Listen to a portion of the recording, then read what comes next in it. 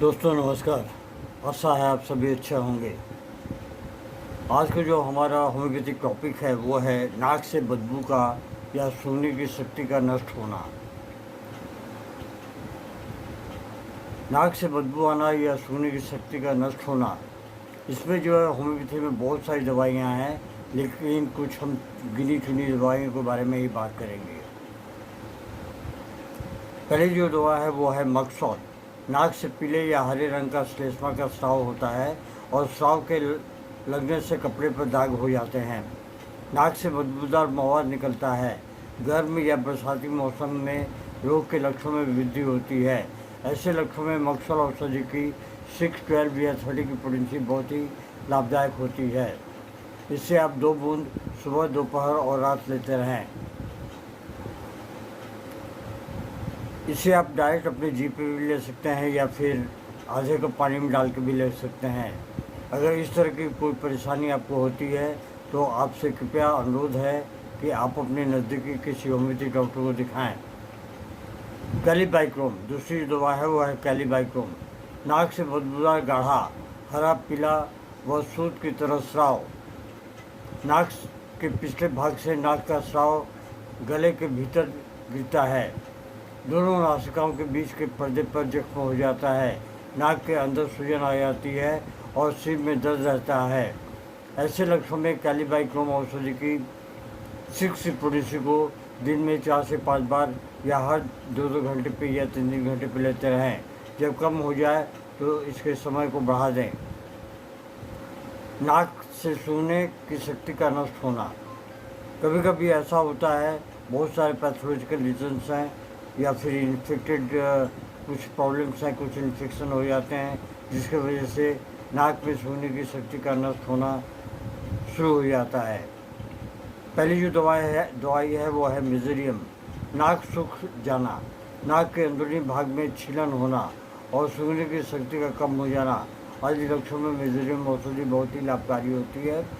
इसे आप 30 की पोटेंसी में दिन में 4 से 5 बार लेते रहें। साइलिसिया दूसरी जो औषधि है वो है हमारी साइलिसिया, एक बहुत ही महत्वपूर्ण दवा है। यदि रोगी में सूंघने की शक्ति का कम हो जाना, दोनों नाकों के छिद्रों के बीच के पर्दे में छेद, नाक को छूने से काफ़ी हद तक दर्द होता है, बर्दाश्त नहीं कर पाता, नाक बंद हो जाता है, ऐसे लक्षणों में साइलिसिया 6 की पोटेंसी को दिन में 4 से 5 बार देते रहें।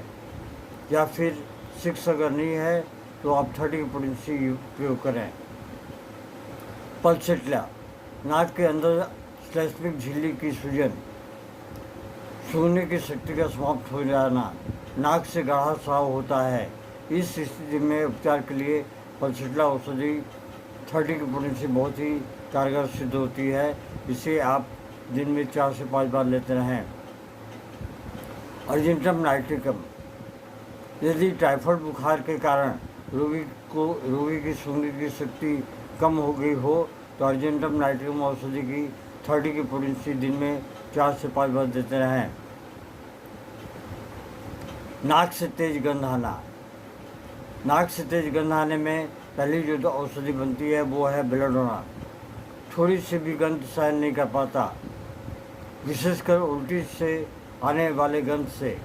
ऐसे में रोगी को बेलाडोना औषधि की 30 की पोटेंसी का दिन में 4 से 5 बार प्रयोग करना चाहिए। एकोनाइट, नाक में किसी चीज़ का अधिक गंध महसूस होना या बदबू अधिक महसूस होने पर एकोनाइट औषधि की 30 की पोटेंसी का प्रयोग करें। इससे काफ़ी हद तक जो है लाभ मिलेगा।